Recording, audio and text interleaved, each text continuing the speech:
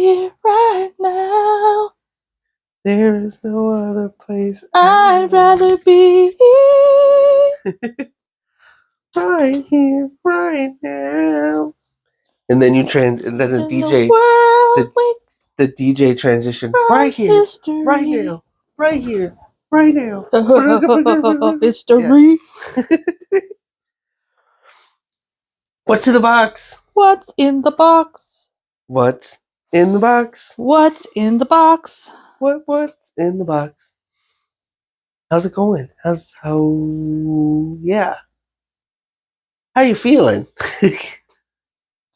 Meow. Blue batteries. I did have something to talk about, but I also want to do something. But I'll give you time to think about it. I want to do a blind ranking with you. I think it'd be fun. Oh no. But first, there's a whole separate thing that I wanted to talk about. I just thought that would be fun. Oh no. But I had a thought yesterday that, like, although it's not like a super funny topic, it was one of the things that, like, I think is weird is that, like, as a guy, I feel like guys don't really think about all that often. Is that, like, women have to explain themselves and why they do or do not do something way more often than men do. And I feel like it's for unnecessary things. Like, you know what I mean? What do you mean? Like, there was a wrestler. I was gonna tell you this last night, but you were watching TV. I won't say who, but there was a wrestler that has, like, lost weight, not like significantly, not like they were big and like lost a shit ton and like all that, but just like lost weight. And somebody commented on a gym photo that they took, and was like, I know which wrestler you're talking about.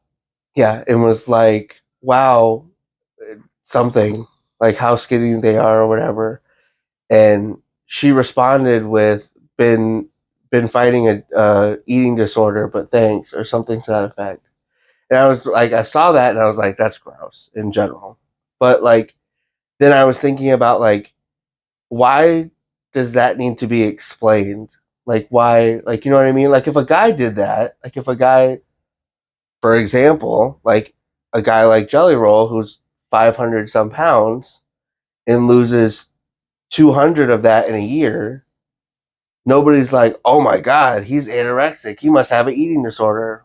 He must be unhealthy or whatever. They're like, it's not a big deal. I think the comment was more of taking accountability and not just allowing the comments make them feel better. I know, but what I'm saying is, I think it's more so for themselves than it is for everyone else. I'm not saying they're doing it to explain themselves. I'm saying, like, the fact that that's even a thing is mostly for women than it is for men. Like, even because women take accountability. Well, I just think Are you saying that women take more accountability? Well, yes, but for sure. But I think there's a double standard in it of, like, I would say not just societal pressure, but like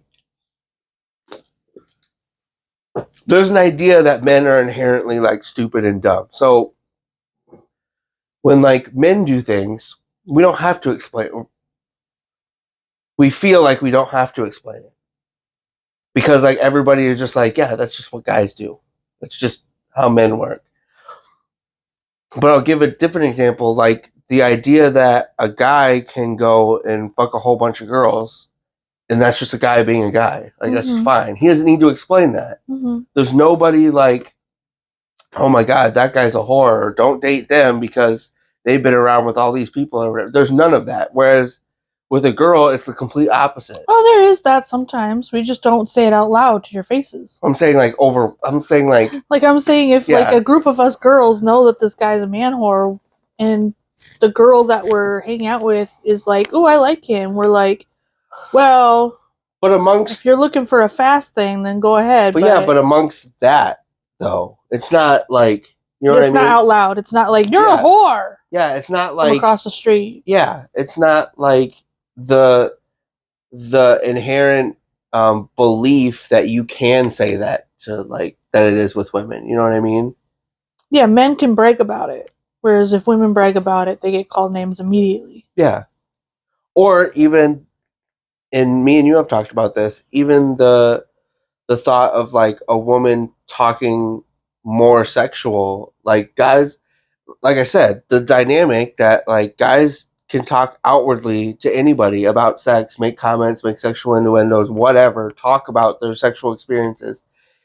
And societally, nobody really like bats an eye at it at all. But like if a girl does it, then it's like, oh, well, you know why she's talking about sex all the time, or like, you know what I mean? Like those kind of things. What I was talking about is what I was thinking about is that like I know there's a lot of things about being a woman that sucks, but like I just had that thought of like that must suck having to not that you have to explain, but like feeling like I need to address like why I'm saying these things or why I'm doing these things or like why I lost weight or why I gained weight or whatever. Like even if it's not, even if you don't care about that, like the pressure for a woman to acknowledge or explain those things that men don't have. Yeah. Yeah. Or even like simple, even I mean that was the example, but even like emotionally or like things in Yeah. relationships or Yeah. like you know what I Because we're mean? not punching a hole in the wall, so, Yeah. But even if we had punched a hole in the wall, we would still be crazy. Hmm. Whereas guys can punch holes in the wall all the time and he's just angry. Yeah, that's just what guys do. That's just how guys get out their Yeah. aggression. Hmm. But if we are screaming at you because we're angry, then we're crazy. If we punch a hole in the wall, we're crazy. If we show any kind of anger or a heightened expression of form of sadness or anger or whatever, we're fucking crazy. Yeah. But, a guy can go 0 to 100 like that, and it's, well, yeah, that's what they do. Like, It just okay. I know that again, we've talked about this. I know that there's a lot of things that are unfair about being a woman, but like but just seeing that post was just it just I don't know. It made me feel some kind of way cuz I'm like, why is that Necessary. necessary on both ends? Like, you know what I mean? Yeah, why did you have to Like comment? why do you have to comment on that? It's not like I said, it wasn't like a significant amount. Like it was just she was skinnier than she was last year, which she's a wrestler, she's an athlete. That's going to happen. Well, yeah, weight's gonna fluctuate.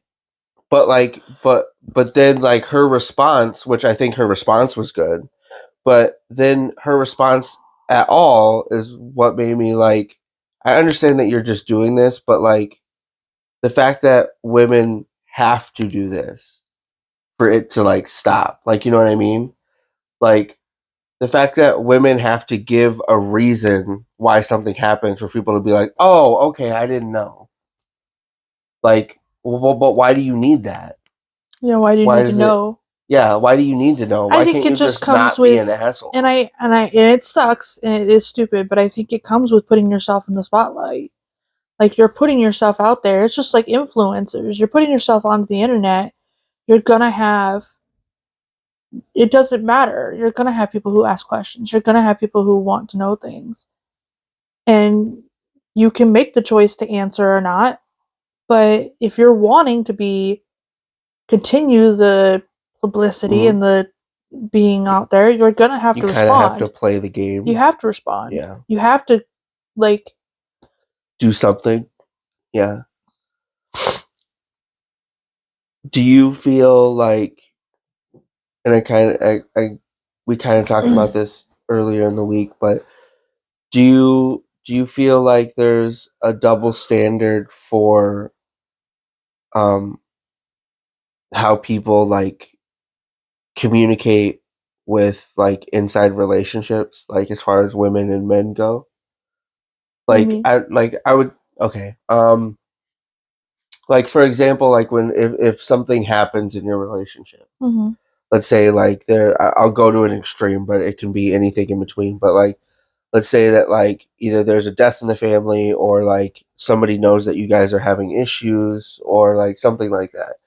Like the double standard, and maybe you can talk more about this, but like the double standard of like how's she doing, not how is How's he the doing. family doing? How's he doing? Yeah. How's yeah. It's not it's specific to like, and there's other dynamics, but it feels like it's specific to the woman in that situation of like, well, she obviously wouldn't be doing well because Yeah. like that's a female thing, like, you know what I mean, like that's how it feels, is that like Mhm.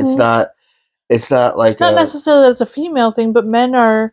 I think this is where it's kind of backwards. I think men are expected to be the strong person.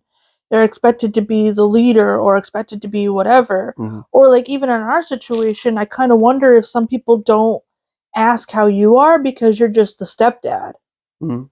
And it's like, okay, but he's been their father for 10 years, But also, I mean, we've talked more about than that. 10 years. We've talked about that though. I don't think people really understand that dynamic. I Yeah. think that that is. I'm not saying that it doesn't exist I because think, I know a lot of stepdads that feel the same way I do. yeah, But I think the no, they're my kids, and really not just saying that because it's a feel good thing to but say, actually feeling but it. actually like knowing and feeling that, I think is so rare, honestly, Yeah. that people, or they don't feel that they don't even understand that that's a true Like, don't get me concept. wrong, I have had people ask me how you are doing, but it's not very many. Yeah. It's very, very few, and it's only Mhm. the people that are really, really close to us and know how close you are to the girls. Yeah. And even some people who are really close to us haven't asked how Mhm. you're doing. And it's like, I don't know, like, yeah, of course, focus on the person that is going through it, Mhm. but everyone else in this house is also going through it, including you. Mhm. And I'm not expecting you to be strong. I'm not expecting you to hold it all together for the rest of us. So why is people outside of our house expecting it or assuming it? You know what I mean? Like, Well, I think even more so, there's an aspect of like I think the stepdad thing is a good point. I think that a lot of people like it's just a separation thing. So it's like, yeah, and I'm not saying I'm saying this is how it is perceived by me, is that like there's a, yeah, he's upset because yeah. he's a guy and a figure, but like but it's not the same. So like, yeah, he might be sad, but like th- I don't know how to explain it, but they are more attached to the situation, if that makes sense. Yeah, it's because Like, you know what I everyone mean? sees because because how do I word this without sounding Like I'm just like there's a family tree and I'm just like over here. yeah, Like I'm connected but because not everyone like, sees children as a possession yeah. and not as something you love or care for. They see the way the dynamic, whether you mean to or not, people do this naturally. They see children as possession. Mhm. The girls are my girls. But in our household, they're not. Mhm. They're our girls. Mhm. Because I don't possess them just because I gave birth to them. I don't possess them just because they have my DNA. Just like their father doesn't possess them just because they have his DNA. Well, that's what I was saying. I think that that's a hard thing because societal wise, we've been taught that Mm-hmm. it's like it's their kids, or like when you get married to somebody with kids, like we accepted her kids or like his kids. You know what I mean? Like it's Yeah. dynamically we're taught that that's how it Yeah, we is. have accepted their kids, not that we married their Yeah, kids. But you have. When you marry the woman, you marry the kids. Like, not in a yeah, biblical sense, yeah, but I mean, like you when you marry the woman, you've taken on those kids, and yeah. you don't accept the kids. It shouldn't be in that I accept them. It should be I married her and her children. The only dynamic that that I think that is a semi-appropriate dynamic to have is if you're not getting married. Yeah. Like if you're dating, if even if it's for an extended period of time, if you're dating and you're not married yet, Yeah. as the other person or the step parent or whatever, I understand the separation. Yeah, but Because there needs to be some sort of separation because you're not like I said this to you before we got married. Like since day one, because in history, since day one, we talked about I'm in the girl's life forever, so it doesn't matter. Which was a mhm. lot easier when I was like, well, I'm going to marry you anyway, so it doesn't really matter because I'm going to be in their life anyway. But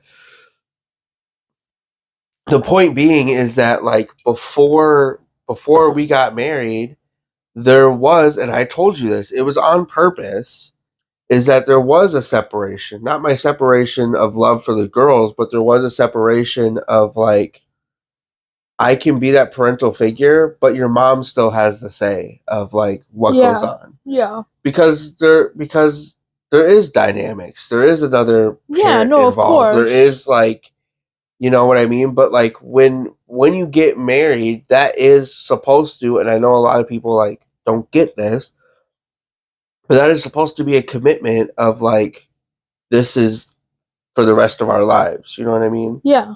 Like that's supposed to be what that is for. So Yeah. like once we get married, there is like, okay, I am going to be in your life for a long time. I do have the right, not that you ever like made it like I didn't have the right to have an opinion or whatever, but like in my brain, like when we got married, like there is an aspect of like, okay, I'm going to be in your life so you have to understand that like Mhm. I also have things. There is also ways that are going to be handled differently than your Yeah. mom would.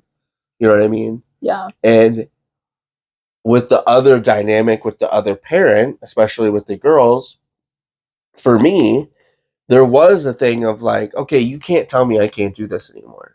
Because like even more so than before, they're my kids too. Yeah. So like before, like they are technically like his kids. So like I can say things and do Yeah, but things. once we're married, you're But like also the legal guardian. yeah, but that's what I'm So saying. legally, you have to But yeah, parent. but You that's what have I to was be a parent. but that's what I was saying. So it does so there anyway, the point is like so there is a dynamic in that, but I think that a lot of people when situations happen like that, they don't really think about that aspect of it.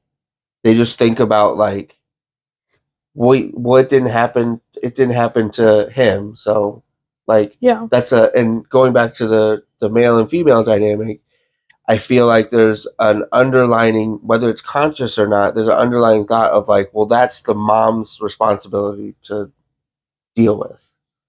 That's the emotional, like, Yeah. woman person to deal with. You know what I Yeah. mean? Like, men don't deal with that part of it. Yeah. Like you said, men just deal with holding their shit together, and that's my the perceived notion of They're expected that's to my only job they're in expected this. to be the Yeah, rock. yeah, Which holding your shit together doesn't necessarily make you the rock. Sometimes it makes you look unevolved, yeah, uninvolved, yeah. not evolved. It Or makes you seem unavailable. yes. Yeah. Whereas like with you, when you do express your concerns about the Mm. situation or do express your feelings about it, it opens that door for me to feel like we are in the same boat. Like Yeah. we are steering the ship together and Mm. it's not just me through the high seas while you're sleeping under deck. Yeah. Like Waiting for you to tell me when it's over. yeah. Yeah. We get that. Like whereas if you were to act like the rock right now, that would make me feel like you're not going through it with me. Yeah.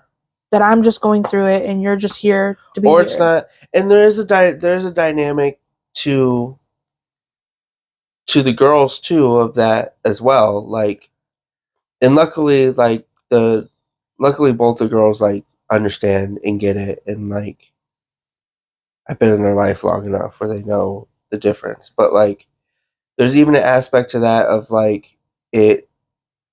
unvalidating their situations too. Of like, you know what I mean? Like if I am not talking about anything or even like or just treating it like nothing happened, so to speak, then that Or makes it tiptoeing around everyone. yeah, like that makes it seem like oh well he doesn't get it. Like he doesn't Yeah. understand or doesn't care or Mhm. it's not that big a deal to him or whatever. Yeah. Which in the long term, and I know a lot of people and parents and especially guys don't think about this, but in the long term that damages that relationship more so Yeah. than Yeah. and yeah Because I saw you than the as a father situation figure itself. and Yeah. you're supposed to care that I'm hurt. And the one You're time supposed you to care that I'm you upset. should really care, like that yeah, like that wasn't there. You were emotionally unavailable. You were tiptoeing around the house. You were not talking to me. You were, Mm-hmm. and it may be like and it may be the fact of you weren't tiptoeing around us. You were just waiting for an opportunity Mm-hmm. because you didn't want to push in or whatever. But it's like, as a kid, you got to understand we don't understand that. Mm-hmm. So we just see you ignoring us. We just Yeah. see you not talking to us anymore. We just see you not doing things with us anymore. And I think that there's I don't move on. I want to move on to another part of this, but there is an aspect to that part of it that is like also keep trying does pay off long term. Like I know it sucks as Yeah, a you parent can't to be just. like, and Well, and not just with the situation that like we're going through, but like in also general. age appropriately explain things to your Yeah, kids. Talk to your fucking kids. They're yeah, humans too. yeah, Like I've talked to Emma about why I keep asking her if she's okay yeah. instead of just keep pushing. Like I've been like, "Hey, by the way, I just want to let you know This I is keep why. asking you Mm-hmm, because I understand that it's not your thing that happened to you, but something is happening to you too. mm-hmm, You are also going through something. And because you're not talking about it and you're acting out this way and you're acting out that way, I don't know if you're just acting out because you're tired because you have a new job or if this is a result of what's happening mm-hmm, to you as well. So, yeah, I keep asking you if you're okay, but it's because I want to make sure that you know that it's okay for you to feel things too. mm-hmm, Like, and I think that's helped a lot too because she's started opening up about how she feels about the situation too now. mm-hmm. Whereas if I would have kept just asking her, "Are you okay?" Hammering she at would it, have just got annoyed that I keep asking, or shut it down. yeah, Yeah, and just been like, "I'm fine, I'm fine." Like she's a teenager, she's gonna be like, "What the hell? Leave me alone." You know what I mean? Like that's what they do. So for me to explain that to her, open that door more. mm-hmm, Whereas like, talk to your kids. Yeah, they're kids, but they also like they how are they supposed to learn how to communicate as an adult if mm-hmm, adults don't communicate them with them mm-hmm, as adults? for sure. Like, how are they supposed to learn communicative skills if no adult in their life teaches them those skills by communicating with them? Mm-hmm, Like, and you've seen it. I've been communicating with the girls about why I do things, why I say they can't do things, why they're not allowed to do this or that, or why they can do things. mm-hmm, Because it's important for them to know. And like, yeah, you don't want to scare your kids of the world, but as a mother of girls, mm-hmm, it's important for them to know that there are predators right outside our door. It's important for them to know that no, you can't walk to school by yourself at 6 we had because there are bad people out there. we had this conversation, and I know a lot of parents. We are going to move on, but I know a lot of parents disagree with us specifically about certain things. But there is an aspect, and maybe this is a personal thing that we're putting on our kids, but I don't think so. Is that like I never want there to be a situation with the girls, and we have talked about this forever, where they go, I wish you would have told me. Yeah, Like, I wish I would have known. that this could happen. If something happens and they know about it and it just happens because that's life and that's what happens, okay. like that sucks. But like, at least they can say, well, I Yeah. had a feeling, or I knew, or whatever.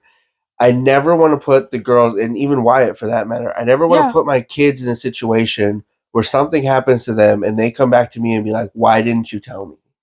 So Yeah. like, there are things that the girls knew very early that probably wasn't, quote, age appropriate. But when situations happened at a young age for both of them, they knew that, like, you know what I mean? They knew how to respond, they knew how to react, And I would rather have that than a situation and they knew where, who they could talk to. That yeah. was important too. They both know who they could talk to about Mm. it. And I think that's important too, is that like, it may seem inappropriate, or you're scaring them too early, or whatever people would say. Mm-hmm. And you're right. It probably, to some degree, you're probably right. Yeah, but as a parent, you But can't be there but 24/7. but the fact that because of those conversations, the girls did respond and know how to respond and know what would happen. Yeah. I'll take that over them knowing that the world's shitty Yeah. at a young age. You know what I mean? And even now watching Emma with her job, like she's aware that she's being mistreated at work. Yeah. She's, whereas like when Mhm. I was working at McDonald's at her age, I didn't know, like I look back at some of the things that my manager said to me Mhm. as an adult now and I'm like that is wildly inappropriate. Mhm. That is crazy inappropriate. Mhm. And Emma is going through it right now, and it's like she's aware. I'm not having to tell her that's Yeah. inappropriate. She's telling me, Mom, this is not right. And I'm like, no, you're Mhm. right. That is not right. Yeah.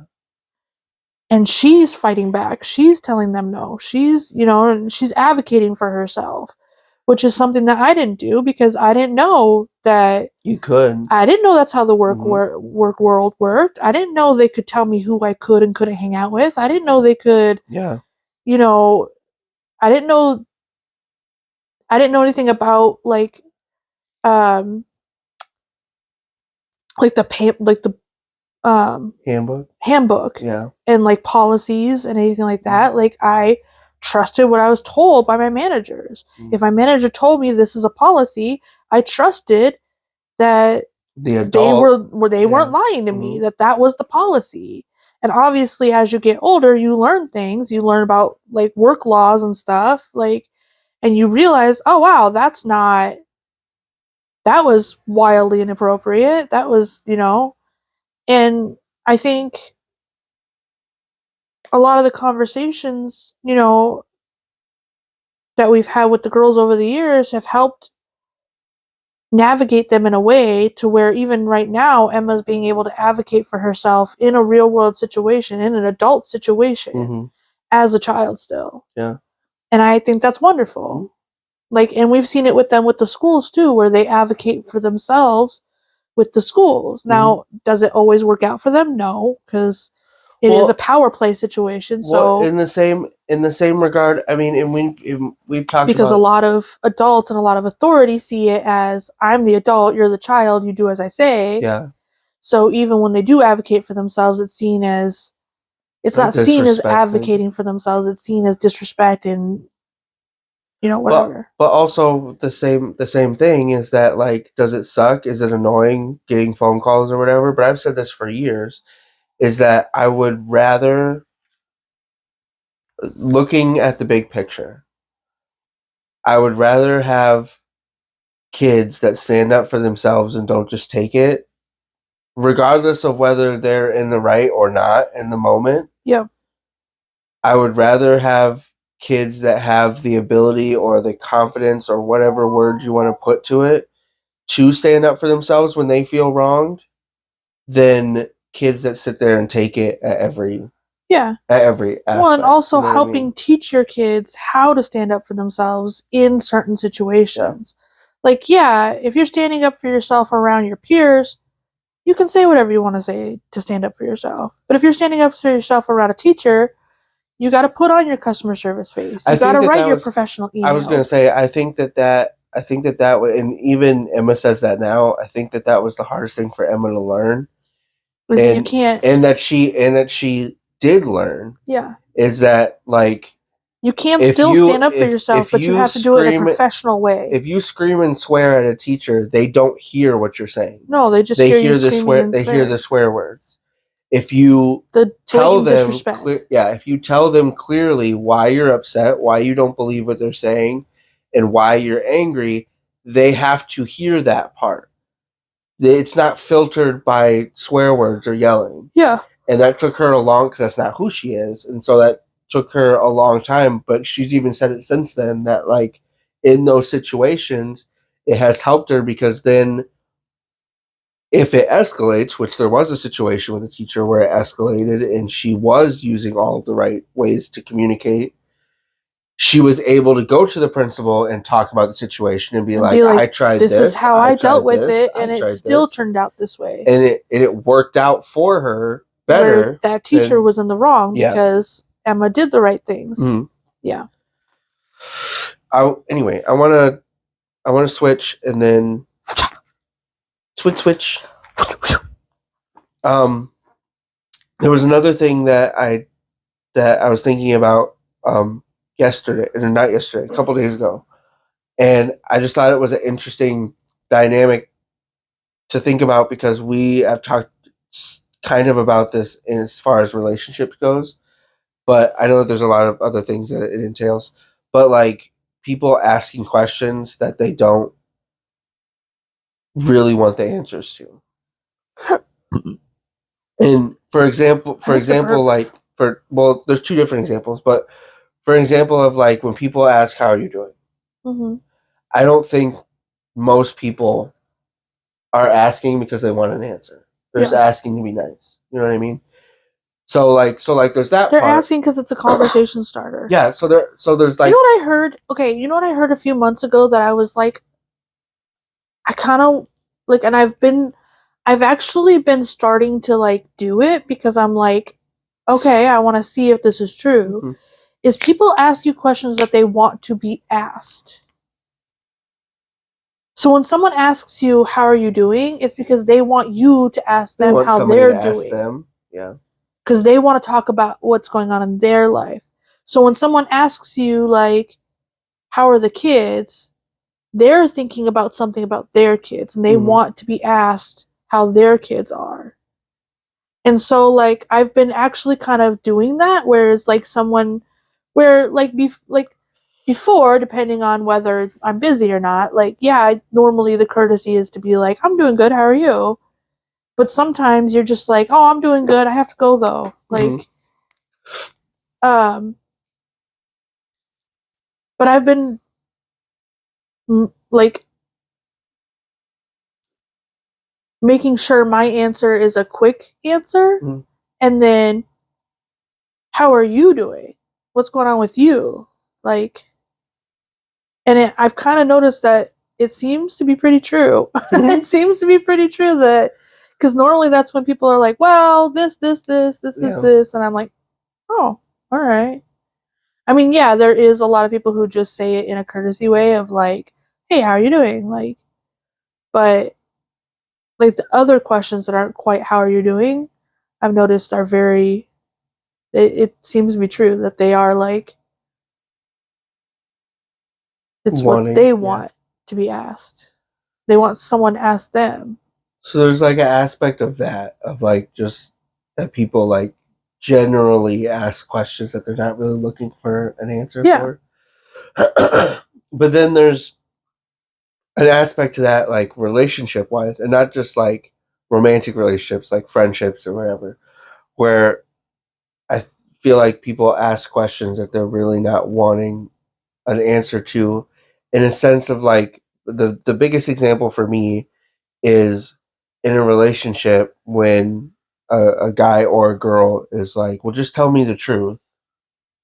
They don't really want you. I mean, for the most part, depending on the Well, situation, like, they there's really don't want you look like a piece of shit today. there's levels of that. Like, what I'm saying is, like, overall, like, when people say things like that, they're saying it as, I feel, they're not saying it wanting the whole truth. They're saying it with an idea of what that truth already is. Okay, like there's levels to that though, because I think what your example here was based off of how you explained it is like if a girl comes out of the room and is like, "How do I look today? Mm-hmm. Be truthful." Mm-hmm.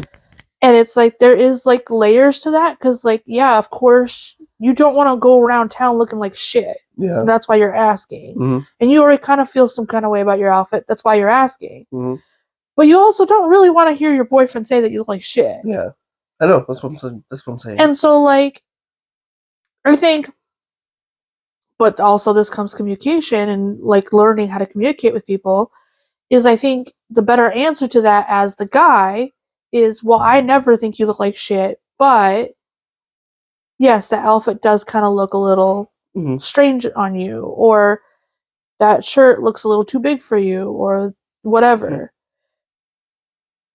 But reassuring that, but I don't care what you wear because I love you no matter how you look. Like, and I know that seems crazy to have to reassure people all the time, but Yeah. that's how life is. Yeah. We have to reassure our kids all the fucking time. Well, we have to reassure other adults all the fucking time. Why wouldn't we have to reassure our partner all the time? Well, there's another aspect to that too, because why do you think? And me and you have joked about this many times, but like, why do you think guys have the same haircut their entire life? Yeah. Because they tried something new. And a girl went, ooh. Yeah, a girl both or, ways. Yeah. A girl either said, "Ooh, I really like that," and they're like, "Forever," or a girl was like, "Why is your hair like that?" And they're like, "Never mind, we'll go back to the same hairstyle that we did before. Yeah. I'll never ever change ever again, and girls will like me forever."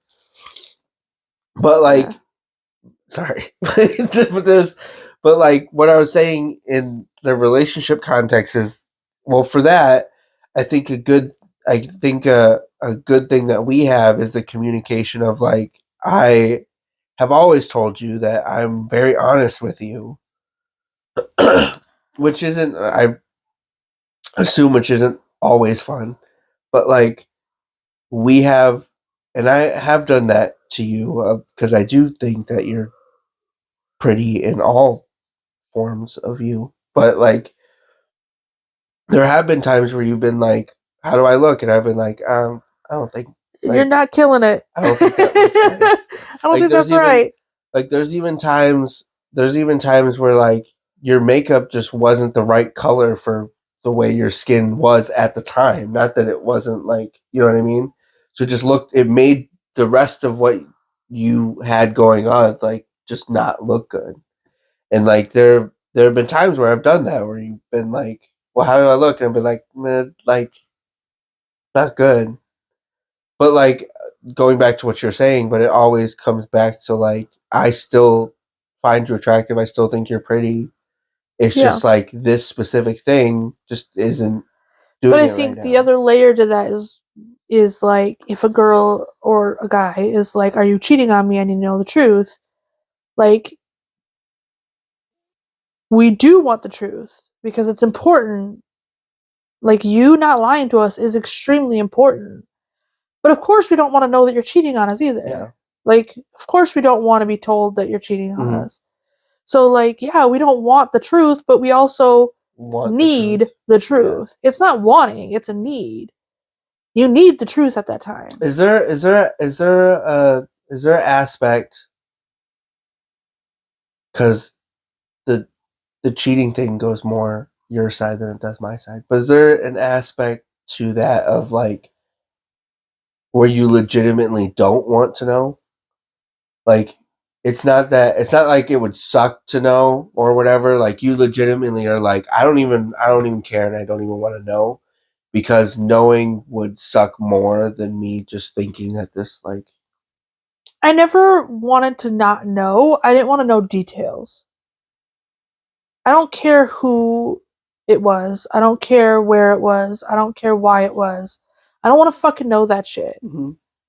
Like, and you just want like the yes or no. Yes, and you of don't course, want like the. Don't get me wrong. You don't want like the on Tuesday at 11 o'clock. Yeah. I did this or whatever. You just want to know like, yes, I cheated on you roughly around this time. And that came with time of being cheated on though, because of course at first I wanted to know everything. Mm-hmm. Like, you know what I mean? The first few times I got cheated on, I wanted to know with who, where, what I was doing, what you said to me, what you wore, you know, everything. I wanted to know everything. I wanted to know why. I wanted to know the situation leading up to it. Is that And then after years of being cheated on, it got to the point where it's like, are you fucking cheating on me again? I just want a yes or no. I don't want an explanation. I don't want you to give me some fucking sob story about how you fell into her bed. Yeah. Just yes or no. Yes or no. Do you think? And I know that there's an aspect to this because we've talked about this, and I don't really want to like deep dive into this because it's not important. Yeah. But is there an aspect of going through that so many times of why it feeds into your like how you feel about being cheated on or the person you're with, like being with somebody else or like Oh, for that? sure. Like, do you think that do you think without that you would still have the mindset of like, as long as you don't lie to me, I don't care? No. Do you think that you would still have that without? Oh, yeah. I think I would still very much be like, you can't cheat on me. Yeah. Like I've never been Would you I've be never been the type of person, even as a teenager, I've never been the type of person who's been upset that my boyfriend is looking at another woman. I was just I've gonna ask never that. been that person. I don't care. Mm. I look at other people. I don't fucking care if you're looking at other people. Looking at other people doesn't mean you're touching them. Yeah. You know what I mean? Like if you can control yourself, then by all means, tell me they're hot. I don't care. That's never bothered me. Even as a teenager, that's never bothered me. The only times that's ever bothered me is when I know you're currently cheating on me. Mm-hmm. Is when I know that you're fucking other people. And now my brain is like, oh, is that the next one? Yeah. Oh, is that the next one? Well, yeah, because it also seems like a pie in the face. You know It what I mean? is. It's like I know that you're fucking other people, and then you're still telling me like how hot every. Yeah. You're telling me how hot the waitress is. Yeah. Like, yeah, I get that. So, like, yeah, there is like certain aspects that are whatever, but I've never been the person that's been upset because you're looking at another woman. I've never been the person that's upset because you're talking to or flirting with, like, and not like hard flirting. I'm not talking about like telling a girl you want to fuck her. I'm talking about like customer service flirting. Mm-hmm. Like I'm talking about like trying to get a tip. yeah, like trying to get a tip kind of flirting. Like I've never been the kind to be upset about that. I don't fucking care. Yeah. Like you're just being nice to her. Mm-hmm. That's fine. You can be nice to her. Like you see me see it. Like I've joked with you when we worked at Psalms about oh you and that girl flirting over there and you're like what are you talking about? And I was like she was clearly flirting with you and you were smiling. Yeah. You were ear to ear. You know, like, and I've always been like that though. You said they liked my haircut. I've always been like that though, like even as a teenager. Mm-hmm. So I know that aspect is not. That's what, but that's what. But yes, I do think I think my outlook on a relationship, as far as the truth and outside sources of sexual activity, has changed a lot because I just got to a point where I'm like, I don't fucking care. Just tell me the truth. Yeah. I just want someone to stop lying to me for once. Like I want to be in a relationship for once in my life where I'm not lied to constantly. Like I've been in relationship after relationship after before you. Relationship after relationship after relationship after relationship where they have lied to me about every fucking thing. Even things that were unnecessary. Yeah. Yeah. Like why? Just stop lying to me. The reason I asked is because first of all, I would say that you not being jealous of the looking around aspect of it at a young age, I think is rare. Because I agree. And not just for but because teenagers just feel things. I'm not saying I didn't have feelings when those things happened. I'm not saying I didn't feel some kind of way. Yeah. I'm just saying I knew it wasn't necessary to be mad over.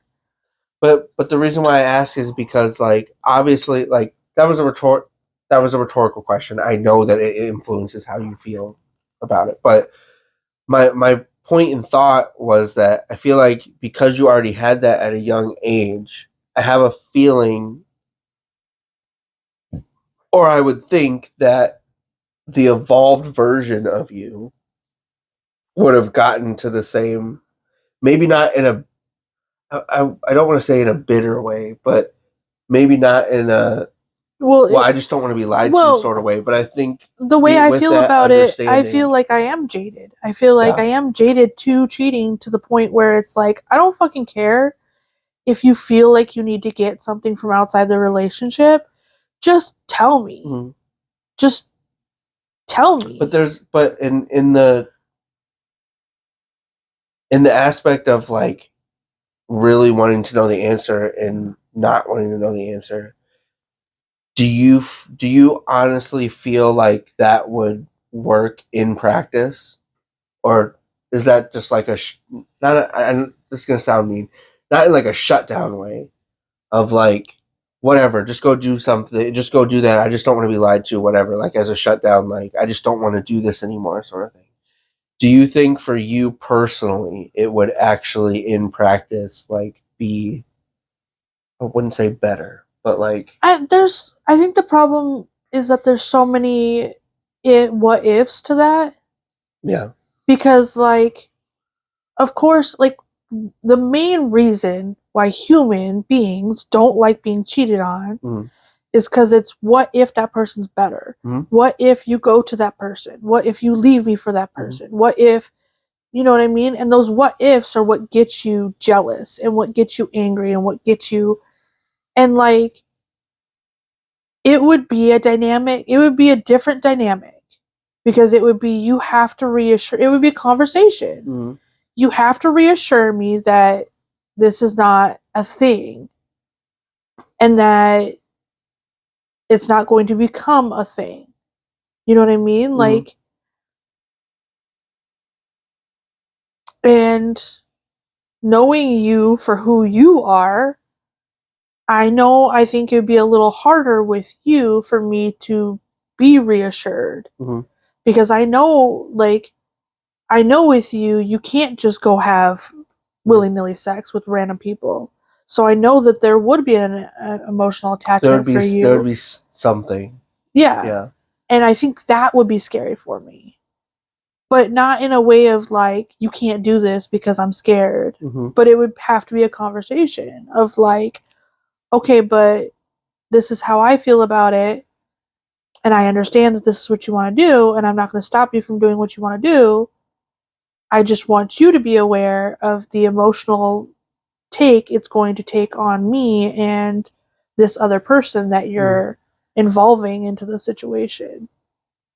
Because I was thinking about it in the aspect of like, it's always a good idea.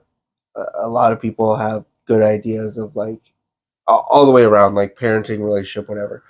Of like,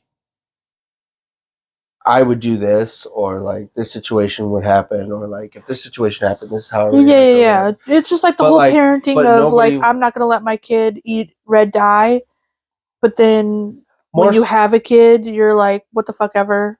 yeah, more so in the not wanting to know the answers part of it.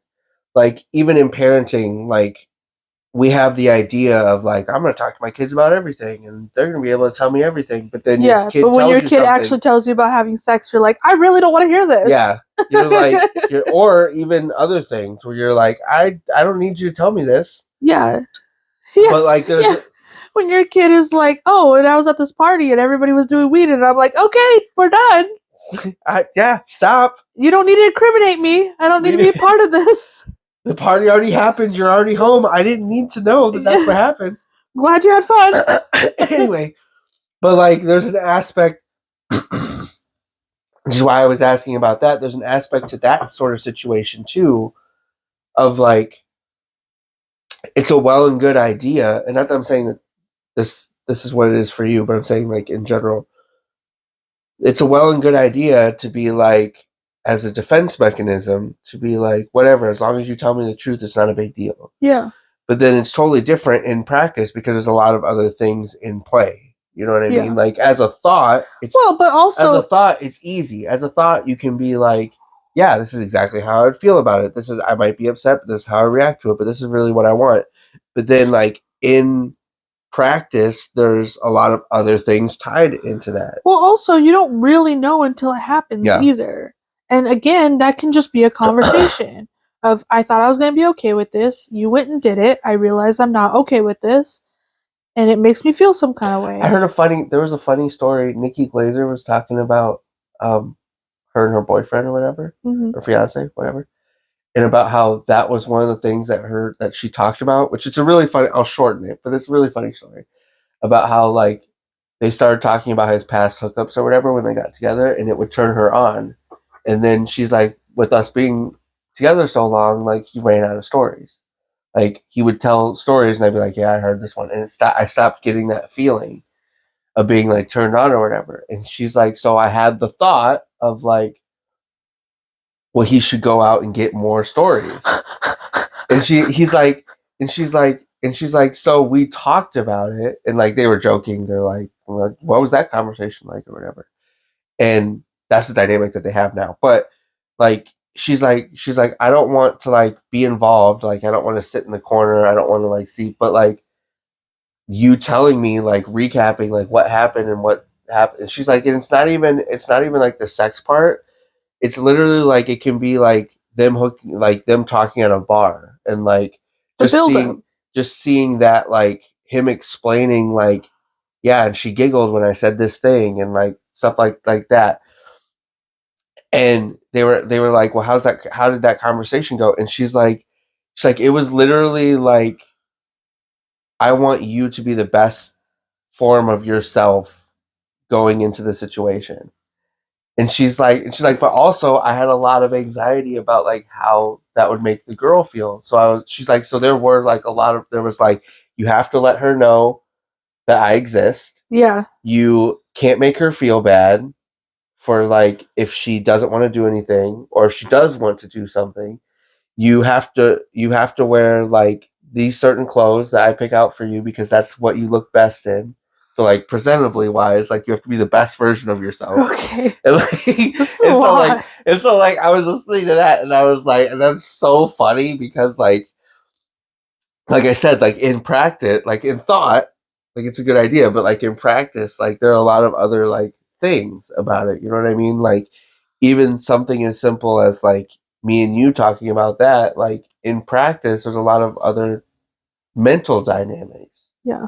of like there's a lot of trauma that you already have with cheating. So like whether you would be okay with it, I'm sure if that were to happen, there would be a lot of trauma coming back of like, well, Oh what yeah, about this? Or what there'd be about stuff I'd this? Or have to what if work through this? for sure. Well, what if this happened? Well, what if this? And especially like you just said, like the dynamic of me and you knowing that there's also and stuff that me and you have already been through. Like there's stuff of that of like, oh, is this happening or is this happening or what about this or like things like that. So I think like idealistically, there are aspects to that people think are a good idea, and Yeah. I'm not saying it can't work, but like I just think in practice, like you don't really want to know. Going back to what I was saying, like you don't really want to know how that's gonna work, or you don't really want the answer to that. Yeah. Yeah. Until it happens, you don't really know how you're really gonna feel about it. I just know how I think I feel about it right now. Mm-hmm. Which that could change if something was to happen. But it doesn't have to be an end all because you know what I mean? Because I have that door open, Mm-hmm. if you were to step through it, that would be unfair of me to be like, well, the relationship's over because I decided I didn't like it. Yeah, because I realized that that's not a thing that. Yeah. Like, that would be something that we would have to communicate about and be like, okay, well, I thought I was going to be okay with this, but I'm not. Do you want to continue? Mm-hmm. Like, There's just us? Or. there's there's slight change to that I do want to talk about before we move on to the game that I want to do. There's a slight change to that of do you I don't know how I wanted to word that. Do you think that there's an aspect to like that dynamic that is accepting like a fault or shortcoming in yourself rather than helpfulness of the relationship. You know what I mean? Well, I think it's both. I think the fault in myself. I think I think being okay with it In the same, sorry, in the same is helpful to the relationship because of the fault in myself. in the same, sorry, the what I was thinking was in the same of like your um not bitterness. You said the word earlier, but like Jaded. yeah, your jadedness about like, well, I've just been cheated on so many times that I really don't care, like a shutdown sort of thing, Mm-hmm. is the response to that, and not a, well, I think this would be beneficial in a relationship setting, if that makes sense. You know what I mean? Do you think that the dynamic that we have talked about that is a reaction to like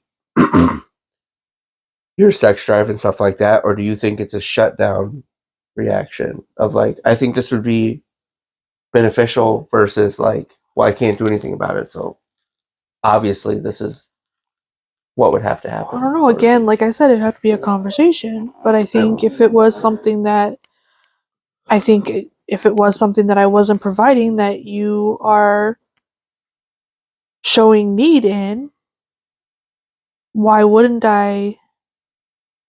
Because I think that that's sorry, I was bringing that up because I think that that's something that a lot of people in relationships don't think about and don't acknowledge, is that like, I know it's a long-winded way to get to this point, but there's an aspect to that of like, we've talked about for years about like, that's a problem with you, and that stems from a lot of trauma and a lot of things.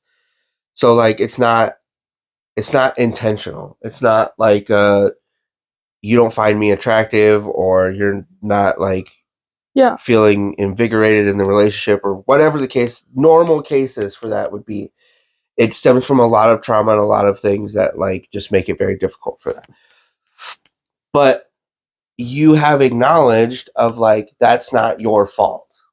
Like, me feeling this way or not feeling a certain way or whatever isn't on you and isn't your fault. So I understand that you still have those things. You still, That yeah. still is a thing for you. And especially a personal thing of somebody that does have a high sex drive, like, I acknowledge that that's a thing for you. So it's unfair for me to be like, well, you married me, that sucks. But your acknowledgement of that, I think a lot of people in relationships don't do. They just have that thought of like, well, he or she loves me. Well, we're married. Well, we're together. So they signed up Well, for it's a this. possession. And I Just don't like with think, kids, I'm people not see saying that each everybody should other have that. as. I'm just saying, like, I I feel know. like that's unfair. I think it's because, again, just like with children, people, everything is a possession to people. Mhm. They think they possess other things. They think they possess other people. Like, you're not my possession. I don't own you. You don't own me. Like, we have committed to each other Mhm. because we love each other, but I don't own you. You're still your own human being. I don't get to just toy with you. I don't get to just play with you whenever I want and then set you aside whenever I don't want Mhm. you. Like, that's not how humans work. I I just think I've said that to you before. I just think that dynamic is interesting because there's a lot of people, I know people in relationships that, and it's not always necessarily like for that aspect, but I know people in relationships that are like, well, you're with me, so you can just deal with this, or, well, that's just the way I am, so you're just gonna have to deal with it, I sort of am. thing. Whatever you say, I And I am. think that that's unfair. I think that there's an aspect to that of like, yes, you married the person, you don't get to be like, you need to change this or whatever. Yeah. But I think there is an aspect of like, I think it's unfair for the other person to be like, we can't work on this. I can't try to change this because you married me and this is what it is. Yes. I think there's a difference between things you found out about each other trying to figure out a workaround after marriage versus things you knew before marriage. Yeah. Like, okay, like your smoking is a perfect example. You could very much be like, you knew I was a smoker before you married me. Like, this is just who I am. You don't get to ask me to keep changing that. But in our situation, I did express to you that I don't like smoking. I did express to you at the beginning that that was something I want changed. That was a conversation. So for me, so if I was to come to you now after so many years of marriage and be like, I really want you to stop smoking, for you to be like, well, you married that would be mean of you. Yeah. It would be like, well, what the fuck? No, I told you I didn't like it from the beginning. Whereas you know, I don't like doing dishes. And even before we got together, I said, I don't do dishes, I don't do laundry. Like, I'll do them, but I can't stand it. I'm going to let it go for however long. If you were to now look at me in the relationship and be like, I'm never doing dishes, you have to do them all, that would be like, what the fuck? No, you know who you married. Like, well, I think even simpler things like I say simpler things, but even like different things like that, like communication or like the way that you do things or whatever. I think that there's an aspect to personality traits that were already there, such as like if you get into a relationship with somebody who's a hard worker, who's working 60 some hours a day all the time, you can't be mad that you got married to somebody who's never home. Like, you know what I mean? Like, that is something you got into. And what bothers... But also, on the other hand, that can be a conversation. Yeah. If you got married to that person who's never home, who's a really hard worker, it can be a conversation of, I thought I was okay with how much you work. I thought I was okay with how much initiative you have to work. But now the dynamic at home has changed. We have children. We have things that we didn't have before. And I'm realizing that I don't like that you're at work all the time. I'm realizing that I don't like that I'm at home by myself with the kids and this dynamic is happening. Or I don't like that I'm having to be the main parent and work myself while you work all the time. But also to the point of like, but then to do that and then have them be like, well, you know what you married. I think that part of it, and going back to you taking responsibility about the sex part in our relationship, is that there's no responsibility in that. Yeah. And that's what bothers me about relationships, is that there's just the, well, you married Well, there's this, no compromise. well, you knew what this was or whatever. And there's no like, look, I can't, even in that example, I can't stop doing this because I'm going to get a promotion or because we need this amount of money for what. But there's no conversation of like, I'm doing this because of this. It's just, well, I've always been like this. Why are you trying to change me or whatever? Yeah. Where I feel like if there has to be some sort of conversation, compromise in a relationship, and if there's not, it's not. I feel like it's not functional. Yeah. Because like even in it all comes down to communication. Even in an extreme conversation about like an open relationship or whatever, like there has to be some sort of compromise. It can't just be like we'll go do whatever and come home and we'll just never like No, there has to be conversation. conversation. Like, you know what I mean? Yeah. So like people that aren't able to have those conversations or that communication or whatever, I as outside think like I don't feel like that's functional. I feel like somebody, whether that conversation's happening or not, I feel like somebody in that relationship is feeling some kind of way or not getting what they need.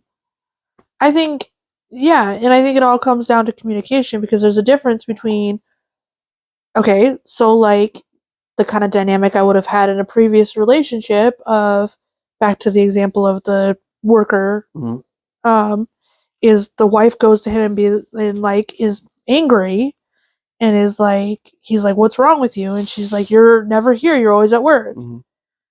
And he's like, well, I have to work, that's what I need to pay things. And she's like, yeah, but you're never here and I have to do everything. She's not communicating. That's not communicating. Like, I know people are confused, but saying, I'm angry because you work all the time is not communication. Mm-hmm. You're not communicating why you feel that way. Effectively. You're not communicating what dynamic has changed that causes you to feel that way. You didn't feel like that a few years ago, but now all of a sudden you do. That's going to be confusing for him. Because he's going to look at that and be like, well, you didn't care that I worked all the time 2 years ago. Yeah. You didn't care that I worked all the time before we got married. But now you care that I work all the time? Like, I still have to pay things. I still have to work. And he also is not effectively communicating either when he's like, well, you know you married. Both of them are not communicating in that situation. Whereas if she was to come to him and be like, hey, I realized that this wasn't a problem before, but dynamics have changed in the household. We have this going on. We have children. I have so-and-so died or whatever's happening.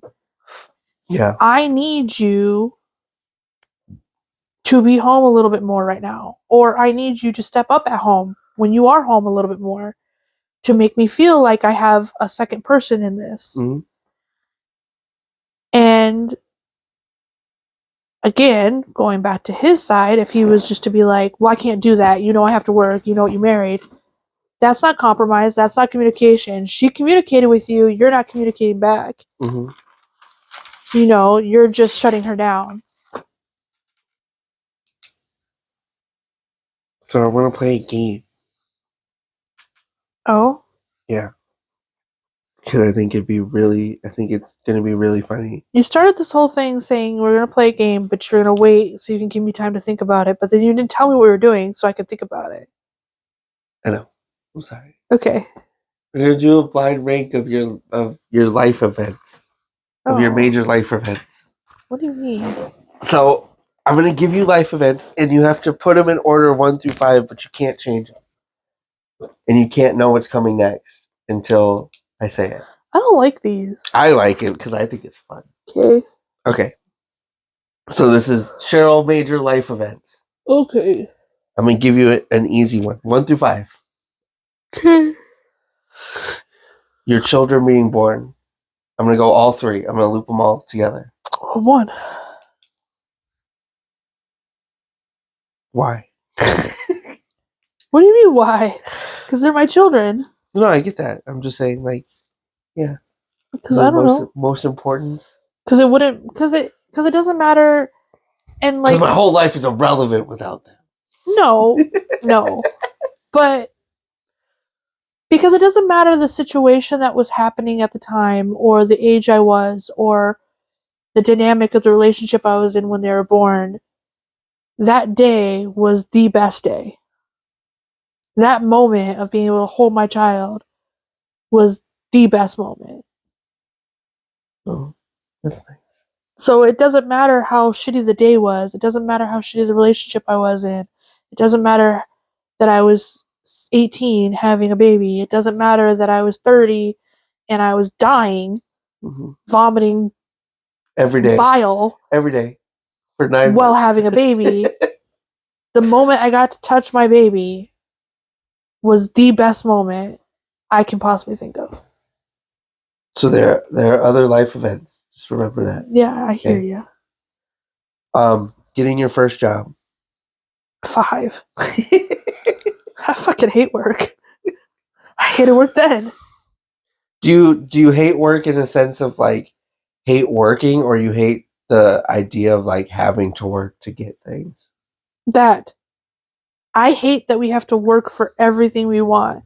But you don't hate like working, like doing things. Like, yeah, I like being active. I like being outside of the house. I like doing things. Like, and there's some jobs that I really like doing, and there's some jobs that I fucking can't stand. Like, I can't not stand customer service. I can't stand dealing with customers. Were you excited for your first job, or was it just kind of like I have to do this? And like, I was so nervous I was sick.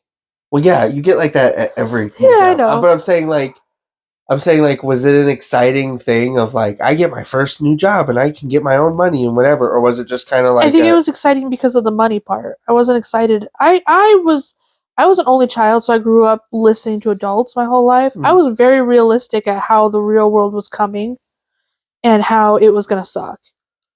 And so getting my first job wasn't exciting because it was like, this is real world. It was getting ahead of it. Now I have to be part of the real world.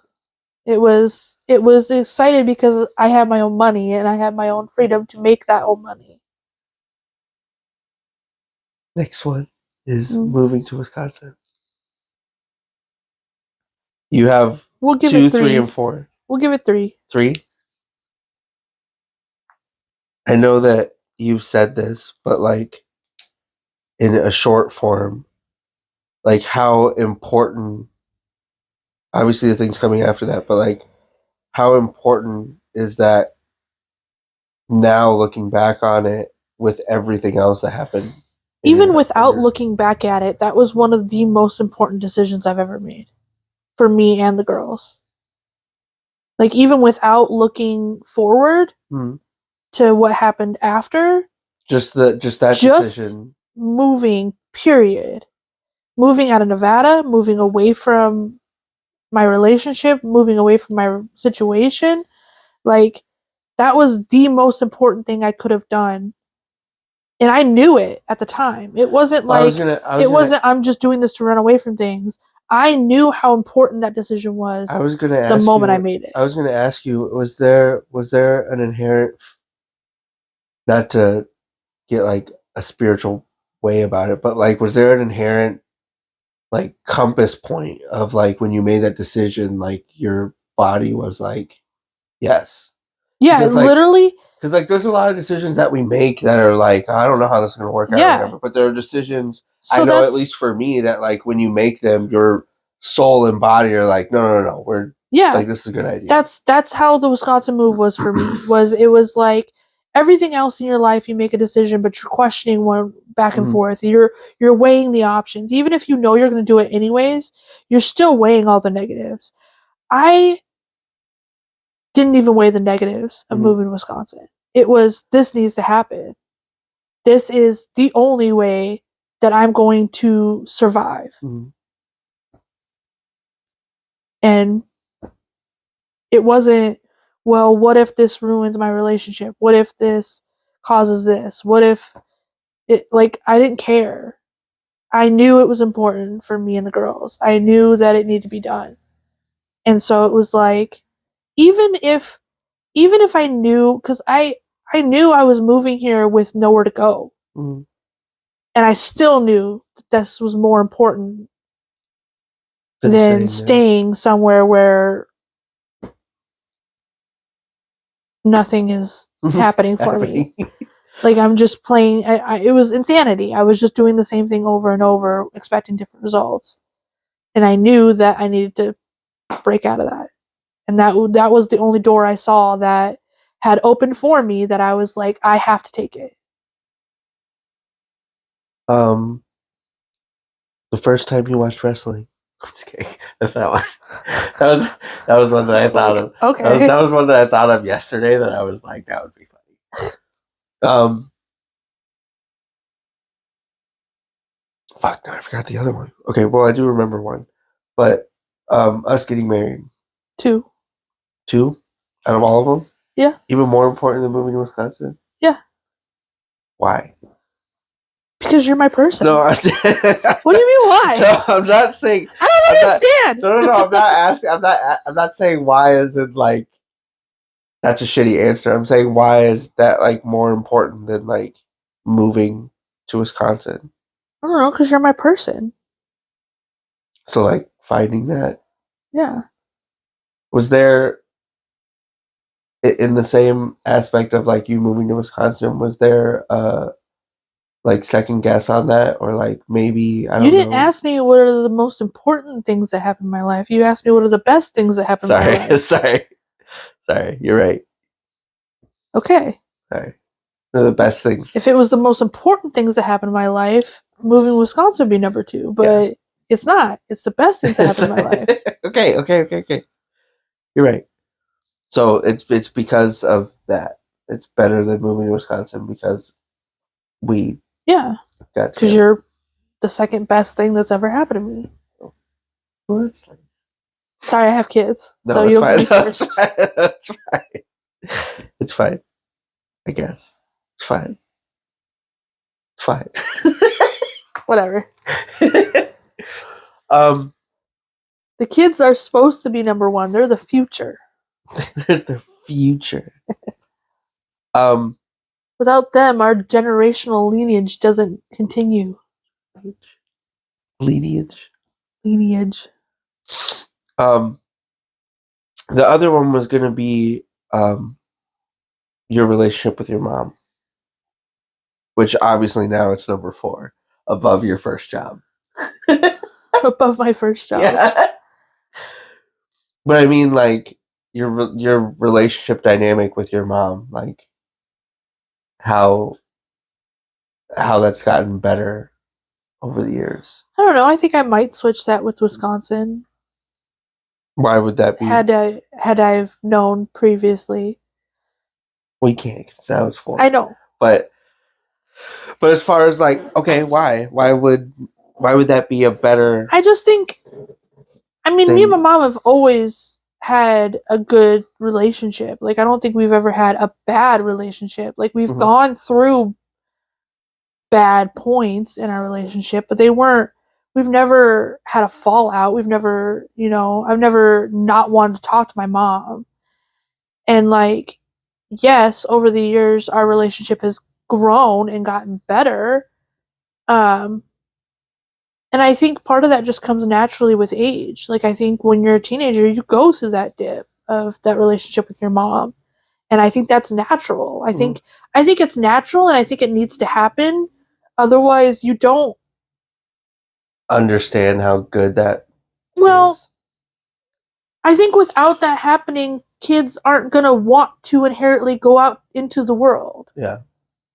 I think kids have to hate their parents at some point, yeah. to want to break free from them. Even if it's not in like a tumultuous way, like hate an aspect of being with their parents, because then they wouldn't like even something as simple as like, well, I can buy whatever food I want outside of this house, but when I'm here, they only buy this amount of food, so I can't wait to move out because then I can, you know what I mean? Like there has to be some. There has to be some sort of like, um, to get the kid to. It's just like, okay, it's just like when you watch dogs wean their puppies off of breastfeeding. Puppies will continue to breastfeed forever, given the option.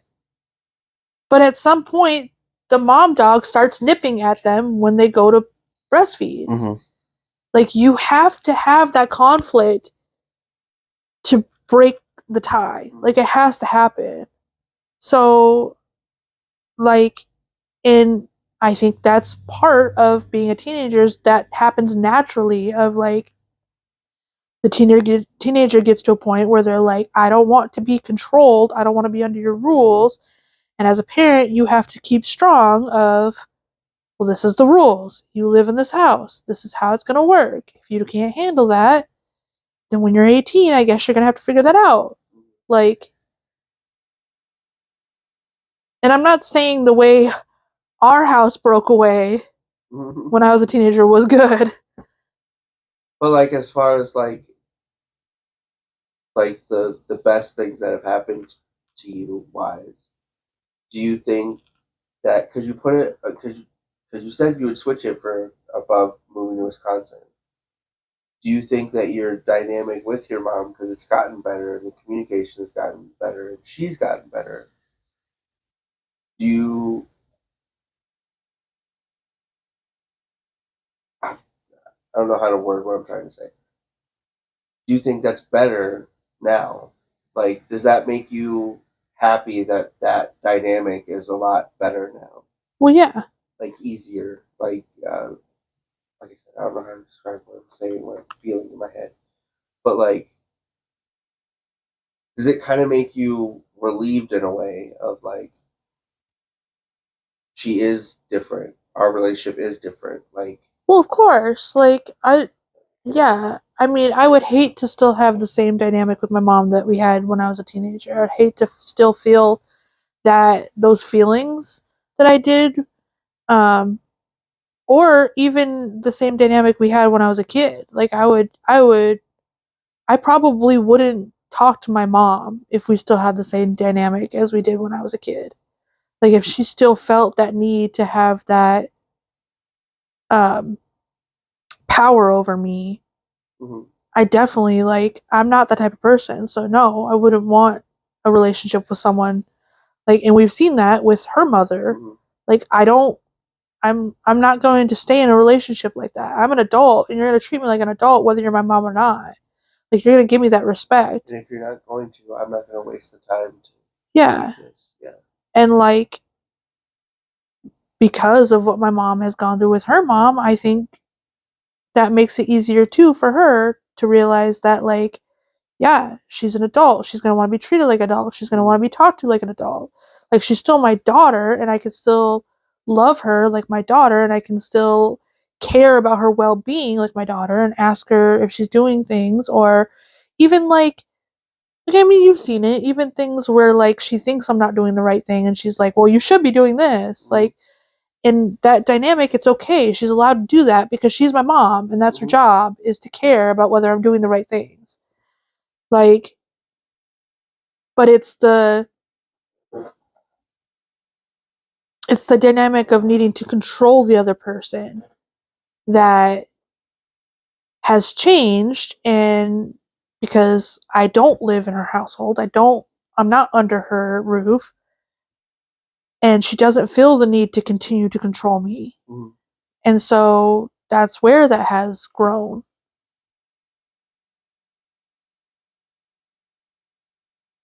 You have anything for me? I mean, we got time. I don't know, you surprised me. Well, you can ask me things or whatever. You want to think of something? What's the best thing that happened to you? What is the best thing that happened to me? I don't know. There's an aspect kind of like your Wisconsin thing, like moving to Wisconsin, like Wisconsin forward. There's a whole lot of dynamic in that of like that spiders. See, that's different. That's the most important thing that happened to you, not the best thing that happened to you. No, but that's what I'm saying. Like I would say objectively, you and the girls are the best thing that's happened to me. But there's trickling down from that. There's a lot of things that happen that would categorize as the best thing that happened to me because without that, that wouldn't happen. You know what I mean? So like that's why I was saying like But that's what I'm saying. I it's think that's hard. where it's different, where it's important versus best. I think it's easy to say, like, just for mine, it's easy to say that you and the kids are the best thing that's ever happened to me. Whereas, like, the most important thing that's ever happened to me, Wisconsin would fall higher on that list because without Wisconsin, you and Wyatt would not have happened. Yeah. So that's where Wisconsin is, yeah, it's one of the best things that's happened to me, but it falls higher on the list as important things. I would I would definitely say that. I would say the best thing would be you specifically because without you none of this happens. It's so funny because that's exactly like, and I don't mean this in a mean way, but that's exactly how it is with men versus women. Like, women are my kids are the most important thing, and men are my wife is my most important thing. And not in a bad way, because biblically, that is how it should be. It should come the wife, the kids, the parents. Like, it, because, Well, I think that and, there's and if for a woman, it is important that my kids are because that's your first because that's my livelihood. yeah, Like that's and that's your DNA, and that's and well, it's your we DNA too, but well no, but I what mean like, no, but what anyway. but the boy sheeps they don't care if the thing lives. They don't care if the lamb they don't even care that you gave birth or that you're pregnant. They just want to have sex Yeah. and more sex and more sex. Like you know what I mean? They don't care. Like and I'm not saying that human men are that way. I'm saying naturally programmed, animalistic emotion pulled from it, you are programmed that way. You're programmed to keep feeding your seed into things, Mm-hmm. and we're programmed to make sure that seed lives into adulthood. Mm-hmm. Like, Are there any other questions? I don't think Any so. other things? You don't have to stop. They're on. We'll figure it out. I don't know. No other questions. I don't know. Like I said, there's a lot of important things. I have to pee. Oh no. Okay. Well, then we should stop then, because you have to pee, and you're the most important I'm person. so important. That we have to do everything you want to do. Whatever. Anyway, Your mom. I wanna. You should think of a game or a thing. Okay. You should think of something. I think it'd be fun. Okay. Okay. Right. Fine. See you guys next week. Peace out. And we'll talk about WrestleMania next week, because it's this weekend. Down. So we're definitely going to talk about that. Down. Peace up. A-Town down.